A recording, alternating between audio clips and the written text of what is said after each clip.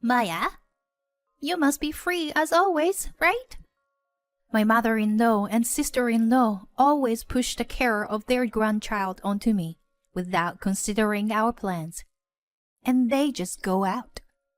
I felt anger building up inside me, and I was left behind at home. How selfish can these people be? I had plans to meet with a friend for the first time in a while. It's terrible that they look down on me just because I'm a housewife. I have to make sure they never take advantage of me again. My name is Maya. I met Hank through my best friend Laura, and we got married 2 years ago. I quit my job and now I'm a full-time housewife. But we don't have children yet. We've just moved into a new house a few months ago, and we are living peacefully. I love cooking and have been making elaborate dishes almost every day since we moved in. Meeting with Laura and her husband for a delicious meal and good drinks is our weekend delight. But at that time, I didn't realize that the hand of evil that would threaten our peaceful life was approaching. It seems that my parents are getting a divorce. One day, Hank told me with a downcast look. I had heard that they were not on good terms, but I didn't expect them to get divorced. My mother-in-law is a housewife, but she hardly does any housework, and mostly orders takeouts or buys ready-made food. And she lives a selfish life of buying whatever she wants without resistance. And she lives a selfish life of buying whatever she wants without restraint. Even after my father-in-law retired, my mother-in-law's spending habits did not change. And despite my father-in-law's warnings to control her spending for the future, she never listened. In the end, my father-in-law got tired of it and filed for divorce. The family home was put up for sale, and my father-in-law moved far away. But it seems that my mother-in-law didn't want to leave her familiar surroundings and rented an apartment near her family home. A few weeks after the divorce, my sister-in-law also got divorced. According to the story, she had been cheating on her husband, and when he found out about it, he asked for a divorce. As a result, she moved in with her mother, with her daughter Sonia, who will soon be 3 years old. Unfortunately, these two disasters would end up affecting me. Maya, can you come to my house now? I was called out by my mother-in-law after a long time, and without suspecting anything, I headed to her apartment. But that was a mistake. Oh, you finally came.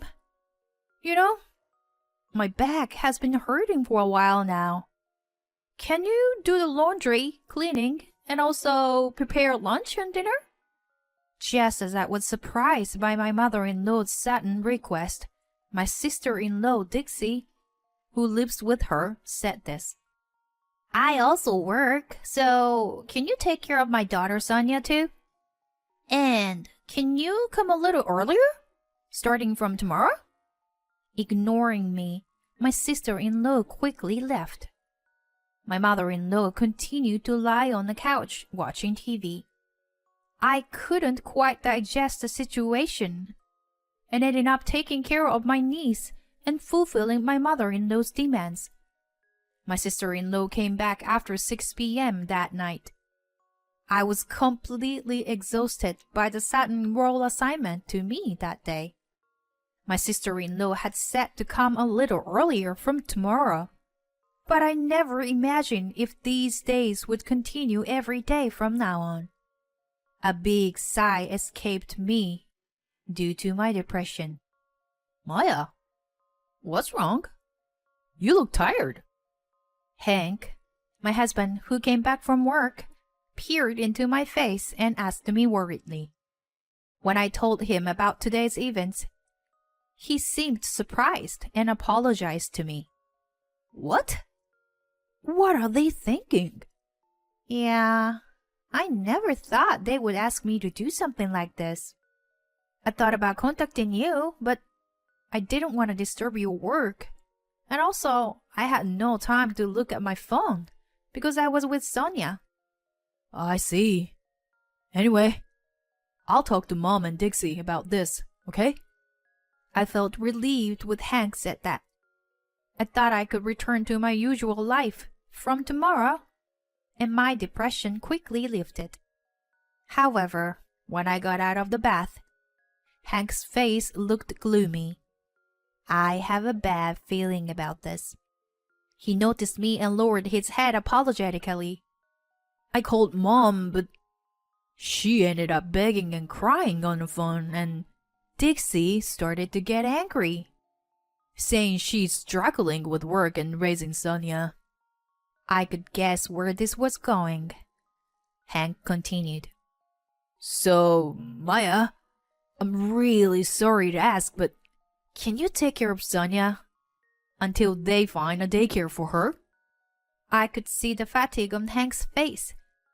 Seeing him like that, I felt like I had no choice but to help him. I decided to accept the offer.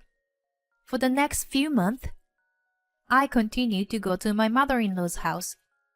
My sister-in-law would drop Sonia off without a care in the world. And my mother-in-law seemed as healthy as ever, making me wonder if her back was really hurting in the first place. What I hated the most was how they looked down on me as a stay-at-home wife. The only comfort I had was that Sonia had grown attached to me. One day, Hank was invited by the company president to play golf, and we had plans to have dinner with Lola and her husband. I was excited to buy ingredients to cook a nice meal for the weekend with good friends. When I returned home, to my surprise, my mother-in-law, sister-in-law, and Sonia were waiting at the entrance. Hey, Maya. Where have you been? You kept us waiting for so long. My sister-in-law shouted at me as soon as she saw me. What's going on? I was surprised by their sudden visit, especially since it was a holiday, and my husband was out. It seemed like they had come to our house when he wasn't around. Just open the door already! My mother-in-law rushed to me and entered the house without permission. Then my sister-in-law spoke up. We were planning to enjoy the holiday today. You're probably free, right, Maya? I have something to do, and Mom is having lunch with her friends. So we're leaving Sonia in your care, okay? After finishing some snacks, they left Sonia with me and went out. Taking care of Sonia while preparing dinner would be difficult. I reluctantly canceled my plan with Lola and felt sad and angry while cleaning up the ingredients I had bought. Why were they so selfish? Ever since I started going to my in-laws' house, my household chores doubled.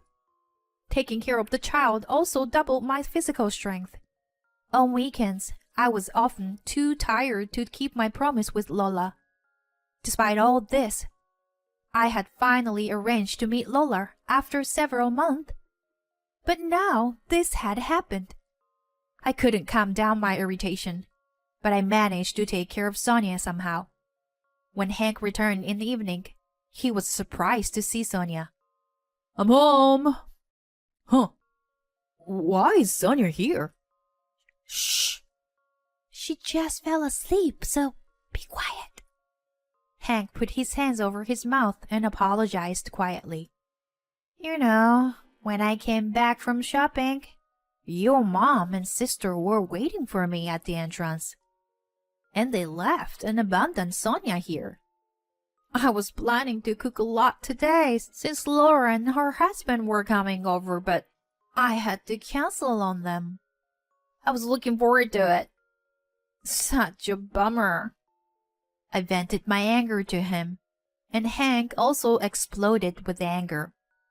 The director of the nursery was at the golf club today, you know? Huh. Wasn't your sister making a fuss because she got rejected from the nursery? Yeah. But the nursery is now admitting children. and they haven't rejected anyone in the past few months. What does that mean? It means that Dixie never even applied to the nursery. We were completely fooled. In the end, the mother-in-law and sister-in-law returned after 7 p.m. Sonia couldn't help but fall asleep on the sofa. What are you guys doing until this late? We agreed to help take care of Sonia only on weekdays until the nursery was arranged. Because, Mom, you said you couldn't take care of her because of your back pain. And yet, you were pushing Sonia onto us even on weekends. What are you thinking? The usually gentle Hank was angry, so they were clearly intimidated. Oh, Hank, are you back? Hank? This is just a misunderstanding. Maya said she would take care of Sonia, so... I never said anything like that. I shouted out without hesitation, and Hank continued. Dixie, fill out this application right here and now. The documents Hank took out were for the entrance procedures of the nursery. It seemed like my sister-in-law finally realized that everything was exposed in his angry gaze. She snapped and started to get angry, her face turning bright red. Maya doesn't have anything else to do, so it's fine for her to take care of her niece. It's not fair that she lives comfortably in a house as a full-time housewife. Huh. So this is her true nature, I thought to myself. My sister-in-law trembled, either because she was embarrassed that our wrongdoing was exposed, or because she was too jealous of me. Hank was about to get angry again with her response. If you were going to be that irresponsible, then I would cut ties with you. Unexpectedly, it was my mother-in-law who intervened to mediate. Now, let's listen to what Hank has to say. We're also at fault, weren't we? Hank responded mercilessly with a loud voice to his mother. Mom, you're really lying about your back pain, aren't you? You seem to have enough energy to move around. So why don't you work a little? My mother-in-law scolded, shrugged her shoulders, and next to her, my sister-in-law, who had given up, began writing the documents that Hank had given her. Here, I filled it out. Happy? She said, slamming the finishing documents on the desk, and they all left. Soon after, it was decided that my niece would start attending the nursery the following month. Thanks to that, I was able to return to my normal daily life and have dinner with Laura and her husband. It was around that time that my husband's transfer to Seattle came up suddenly. I was lost in thought, thinking that it was going to be busy with the move to Seattle. 3 months later, I received a late-night phone call, and it was my sister-in-law on a video call. I was confused when I saw the background on the screen.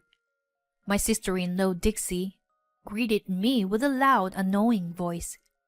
Hey, Maya, can you come back home soon? I still couldn't quite understand what was happening. And then, there was a loud crash on the other end of the line. Oops, sorry about that. Looks like Sonia broke a vase in the living room.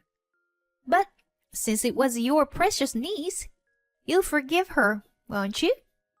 And she held up the broken vase to show it to the screen. Wait, are you guys really in that house right now? Yeah. It's been a while since we last visited. I mean, how did you get into the house? Well, I borrowed the key and made a spare last time I was here. I couldn't believe that they had gone to such length. I blamed myself for not realizing that my keys had been stolen. It's been a while since we last visited your house, and it seems like Sonia's getting too excited. Come to think of it, we didn't have this vase before, Did we? Oh, is it new? I'm sorry she broke it so soon. As she apologized, it was evident that she didn't feel remorseful at all. Please, leave. Right now. Well, I can't do that. After all, we came here to get some money from you. Money? I exclaimed in surprise at my sister-in-law's words. If Sonia asked you for money, you wouldn't be able to refuse, right? At that moment, Sonia appeared on the screen. I could see my mother-in-law, who was standing next to her, whispering, say it as we rehearsed, in a low voice. Auntie Maya, Sonia wants an allowance. Sonia looked at me with tears in her eyes, and she muttered in a barely audible voice. Seeing her like that, my fist trembled with anger. How could they ask a small child for money like this? My sister-in-law provocatively called out to me again. See? This is what Sonia is saying. So please give us some money. By the way, where are you right now? Hurry up and come back. I'm in Seattle. What? Seattle? Yes, so I can't lend you any money. Both my mother-in-law and my sister-in-law burst out laughing at my words. What a joke! That's not funny at all. If you don't want to give us money, how about giving us some of these Louis Vuitton bags you have stored in your closet? As she said that, my sister-in-law showed me the closet. I shouted out immediately. No! Absolutely do not touch them! Those aren't my stuff. However, my advice fell on deaf ears, as they continued to search for brand-name goods one after another. And if it wasn't yours, then whose was it? You think I'd be fooled by such a lie? No, it's all mine. Huh? Who are you? Standing there was Lola. The truth is, my husband and I had moved to Seattle as planned due to his transfer. We kept it a secret from my in-laws to avoid any complications. During our relocation, Laura's family agreed to live in that house, but the key exchange didn't happen due to the sudden move. I asked Hank to contact Lola and told her to call the police right away. After talking to my husband, Lola told my mother-in-law and sister-in-law the following. The police will be here soon. We will sue you for illegal entry and property damage. Their faces turned pale instantly. Maya, what does this mean? You're lying about the police, right? No, not lying. I warned you not to touch it because it's not mine. My mother-in-law opened her eyes wide and started blaming my sister-in-law instead. It's all your fault, Dixie. I never intended for this to happen. Hey, Mom, you were the one to come up with the idea of asking for money. I never thought of that myself. It's all your fault. As an ugly argument began, Hank took my phone from me. Enough already. Shame on you both. You shamelessly make a young child beg for money. How could you do something so despicable? I'm cutting ties with you. Got it? Wait, Hank! Hold on a sec. As my mother-in-law pleaded for mercy, he ignored her and handed me the phone. Then Sonia spoke up, trembling. Auntie Maya, I'm sorry. I don't need allowance, so please don't hate me. Her tearful confession left me with a heavy heart. I could never forgive them for causing such distress to an innocent child. Sonia, we won't hate you. You don't have to worry about that. I spoke in a gentle voice to comfort her. What you did is not forgivable. We have no intention of helping you in any way. As Hank said, we'll be cutting ties with you. Goodbye. Afterward, the police arrived and arrested the two of them. Sonia was taken into protective custody and handed over to her father. I planned to visiting her when I return home. My sister-in-law and mother-in-law were left with a large debt due to the compensation they had to pay for their wrongdoing, as well as unpaid rent and credit card bills. After taken in by the police, they both worked tirelessly from morning until night. Meanwhile, Hank's excellent work at the company led to her decision to stay in Seattle permanently. I pursued my passion for cooking and opened a small restaurant. Lola and her husband plan to visit us during the grand opening. I'm looking forward to a new life and reuniting with my best friends.